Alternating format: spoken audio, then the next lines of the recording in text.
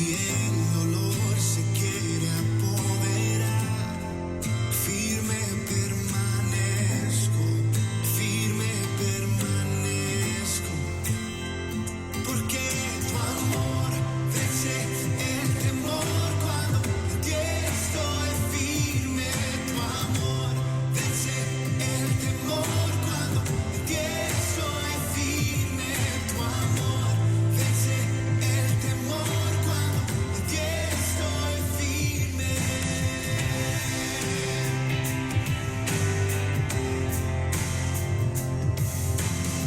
La vergüenza no tiene lugar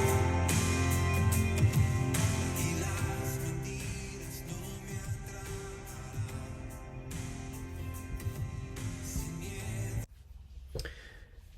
Hola, tengan todos muy buenos días. De nuevo nos estamos reuniendo, después de un tiempo de vacaciones, de recogerse un poco también. Es necesario tener estos tiempos de descanso para poder reunir fuerzas nuevamente y poder empezar un año en buena forma. El Señor mismo descansó en el séptimo día de su obra y Él estableció un tiempo de trabajo, una jornada de trabajo y también un tiempo de descanso, que es importante considerar como algo que es de Dios también. Sabiduría de Dios, importante.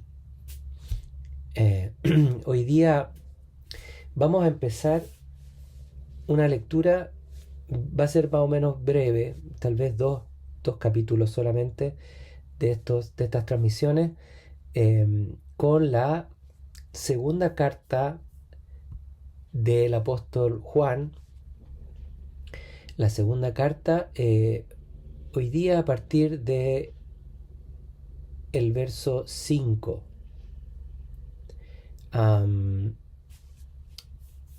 Esta carta es bien especial porque es una carta que él escribe a una persona, a una señora, al parecer una señora que tenía un puesto importante en la iglesia, una persona que también al parecer era de una posición más o menos acomodada dentro de la sociedad, y una persona que además tenía un testimonio importante dentro de conversión dentro de la iglesia, a pesar de ser alguien que aparentemente tenía una posición económica importante.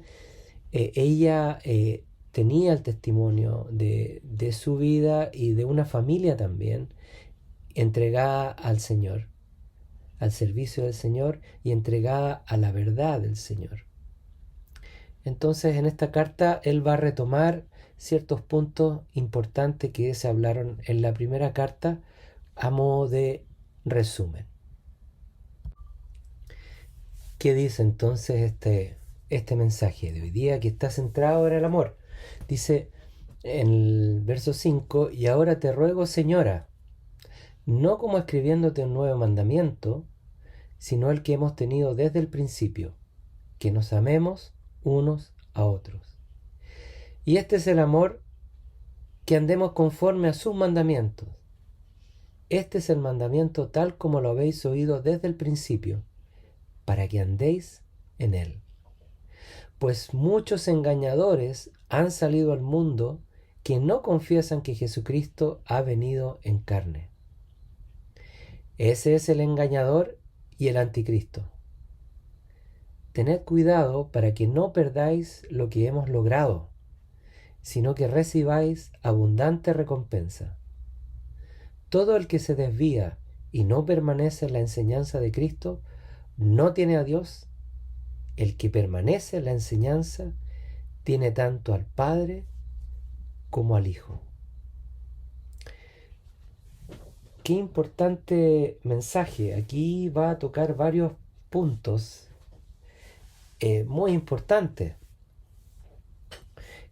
Habla, ¿no es cierto?, de este mandamiento principal, que ya lo hemos visto, ¿no es cierto?, en la carta anterior y también en el Evangelio de Juan.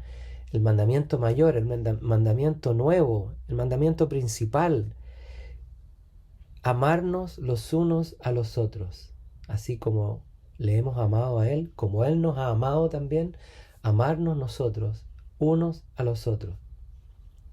Y aquí vuelve a profundizar en lo que consiste el verdadero amor. El verdadero amor es poner los mandamientos de Dios como enseñanza de vida, como práctica de vida, es decir, es considerar la verdad de Jesucristo, su enseñanza, su palabra, como la base de nuestra existencia. Es como escuchar los consejos de Dios por medio de la palabra de Jesús y entonces aplicarlo en nuestra vida, y de esta manera nosotros damos cuenta con hechos, con obras de amor y de fe, que realmente le amamos, pues consideramos su palabra. Y esto dice que debe aplicarse los unos a los otros, es decir, no solamente en una forma individual de recibir su palabra y vivirla, sino que también entre nosotros, y es parte del amor de los unos a los otros, el hecho de animarnos, de movernos, de motivarnos, ¿no es cierto?, a guardar los mandamientos de Jesús. Es decir, aquí está implícita la exhortación entre los hermanos, exhortarnos a vivir los principios de Jesucristo, a no dudar, a no caer, a no ser engañados. La exhortación lo que hace es buscar levantar. En griego la palabra original significa levantar al que está caído, es decir, tomar a una persona que a lo mejor está en confusión, en duda, en una crisis de fe. No sé, hoy día no es difícil pensar esto, ¿no? Dada la circunstancia que estamos viviendo, donde la esperanza se derrumba día a día, ¿cierto? Tomar a esa persona con la fe que tengamos y levantar sus brazos y ayudarla a pararse nuevamente y seguir en el camino. Esa es una manifestación de amor los unos a los otros. Y Juan enfatiza esto y dice que debemos andar en él. Debemos andar en este amor. Caminar en este amor. Es como caminar en el amor de Dios. Es realmente el sello que el cristiano tiene, y es un sello que se expresa, que se manifiesta, que se derrama y que impacta la vida de otras personas, incluso, y un aspecto muy importante, impacta a los que no creen, aquellas personas que no conocen a Dios y que tal vez están sedientos y tienen mucha necesidad de Dios en su vida y tal vez no han considerado esta posibilidad como una opción para ellos. Y aquí hay una advertencia importante. Lo primero, ¿no es cierto?, es una exhortación, animarnos. Pero después, a partir del verso 7, viene una advertencia. Muchos engañadores han salido al mundo que no confiesan que Jesucristo ha venido en carne. Es decir, no confiesan, no creen, profesan otra verdad y dicen que Jesucristo no es Dios, sino que Jesucristo es un maestro, un hombre sabio, un iluminado, un hombre común y corriente que incluso se casó, tuvo hijos, que no murió en la cruz, que era un espíritu de Dios también, algo inmaterial. Pero la verdad es que Jesucristo vino, es decir, el Verbo se hizo carne, es decir, Dios se encarnó, tomó una forma, una materialidad humana, igual que nosotros, con todas las debilidades y carencias de un ser humano, pero Él, en esencia siendo Dios, tal vez débil en el exterior, pero fuerte por dentro, ¿no? Y el engaño está en que no declarar y creer que esto no es real. Y este es el engaño del anticristo. El anticristo es aquel que se opone a Jesucristo y a su verdad. Cuando ustedes vean a alguien que rechaza a Jesús y dice estas cosas de él, de que en realidad Jesucristo no es Dios, bueno, está operando en esa persona el espíritu de anticristo. Y un espíritu, en algún minuto yo lo hablé, un espíritu violento, un espíritu que se opone desde el principio con violencia. Recordemos el nacimiento de Jesús. Al poco tiempo, ¿no es cierto?, hubo una matanza de recién nacidos, terrible, terrible, un llanto espantoso en esa región, porque se asesinaron a todos los bebés recién nacidos de unos pocos meses de vida. Este es el anticristo, este es el personaje que está detrás de esa estrategia. Y tal vez lo más delicado para nosotros como creyentes es que él parece tener la capacidad de engañar incluso a los creyentes. Aquí lo está diciendo. Tengan cuidado, si no existiera esta posibilidad de engaño, no nos haría esta advertencia, nos diría: ustedes están cubiertos, ustedes están protegidos, ustedes no van a caer, ustedes pueden escuchar, pero esto no los va a tocar. No es así. Aquí dice que hay que tener cuidado porque esto puede llevarnos a una pérdida, la pérdida de lo logrado, pérdida de lo que hemos logrado en Cristo. ¿Qué hemos logrado en Cristo? Para algunos puede ser una pregunta como sin mucho sentido. ¿Cómo? Tenemos mucho logrado, pero hagamos un breve resumen. Son muchas cosas, ¿no? Pero yo puedo resumir aquí 4 cosas, a lo mejor no en orden de importancia, pero sí creo que una de lo principal, lo primero, ¿no es cierto? Logramos la salvación. Logramos y hemos recibido la salvación de Dios. Con esto, ¿no es cierto?, la salvación que viene con el perdón, con la restauración, con, con volver a tener la relación con Dios perdida, original del ser humano como criatura de Dios, tenemos también un lugar junto a Jesucristo. Él dice que Él prepara morada, Él nos sienta en lugares celestiales, nos pone junto a Él. Él está intercediendo y orando por nosotros en todo momento. Por lo tanto, tenemos un lugar cercano junto a Él. Tenemos también todas sus dádivas, es decir, todos sus regalos, los tesoros de su herencia, los vamos recibiendo en esta vida y en plenitud en la vida postrera, ¿no?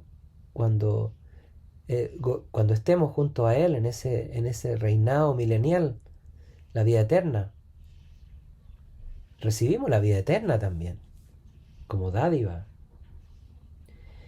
Y también recibimos las recompensas, los galardones a nuestra vida, a nuestro caminar como creyentes.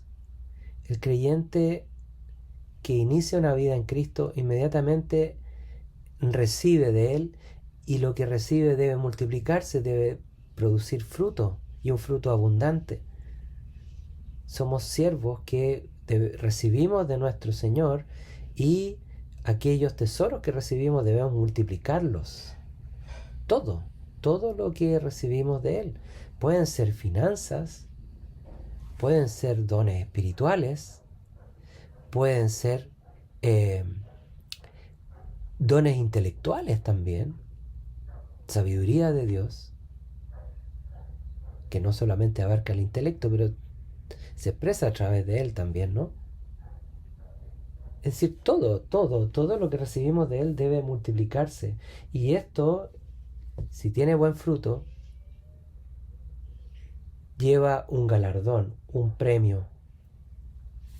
Un premio. Y ese premio, aquí nos advierte el apóstol, se puede perder. Se puede perder lo que hemos logrado. Si partimos volviendo a la lista, la salvación, nosotros creemos como doctrina que sí, es posible perder la salvación. Y lamentablemente es algo que se ha visto, que lo hemos visto. Yo lo he visto. Puede haber mucha doctrina y enseñanza. Hay doctrinas que dicen que no, que la salvación no se pierde, que la persona si se aparta del Señor es porque no era salvo, pero en la práctica, ¿no es cierto? Y teniendo en consideración esta escritura y muchas otras además, no vamos a entrar en ese tema, creemos que es posible que la salvación se pierda. Tremendo. Una persona que conoce a Dios es rescatada de la perdición y que finalmente por una elección propia, tal vez por recibir este engaño del anticristo, escuchar el error, creerlo, se vuelve al mundo, se vuelve a la carne, se vuelve a la naturaleza caída finalmente y se pierde. Y si no perdemos la salvación, ni Dios quiera, pero podemos ir perdiendo tal vez como creyentes salvos ese lugar de cercanía junto a Jesucristo. Podemos perder los beneficios de sus dádivas. Podemos perder también los galardones que hemos recibido de Él. Si no nos mantenemos en Él, si no nos mantenemos en el amor de Dios, si no nos mantenemos en este constante caminar de continuo, dar fruto, confesando de continuo que Jesucristo es Dios, prevaleciendo, ¿no es cierto?, en el amor de Dios, manifestado a través de que estamos dando testimonio de que guardamos su enseñanza, vivimos su enseñanza, nos mantenemos entonces en el camino derecho y damos testimonio de que tenemos a Dios con nosotros. Jesucristo es Emmanuel y esto es Dios con nosotros. No queremos perder realmente esa condición de ser personas que viven en Dios, en Cristo, que Dios está con ellos, donde quiera que vayamos. Y aquí dice, bueno, finalmente el que permanece en la enseñanza tiene tanto al Padre como al Hijo. No hay duda, no hay duda. Si permanecemos en Él, permanecemos en sus enseñanzas, somos fieles testigos de eso, ¿no es cierto? ¿Cómo? Bueno, permaneciendo en el estudio de la palabra, congregándonos, escuchando la palabra de Dios, recibiendo la palabra en todo momento y guardándola como norma de vida. Y entonces tenemos al Padre, tenemos al Hijo y también al Espíritu Santo, quien es el que nos guía a toda la verdad.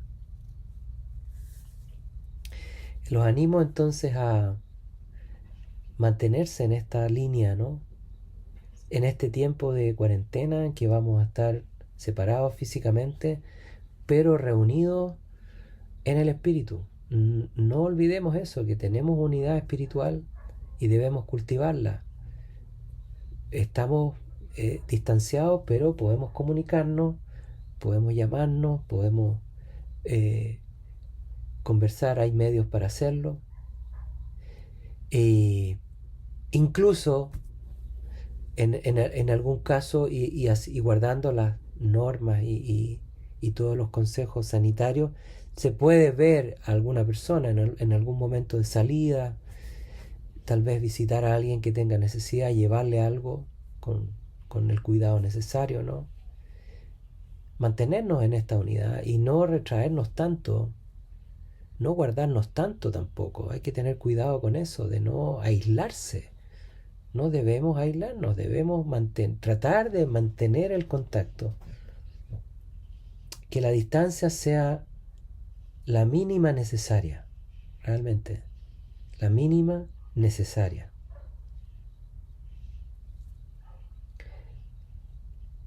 Que el Señor les bendiga y bendiciones para ustedes.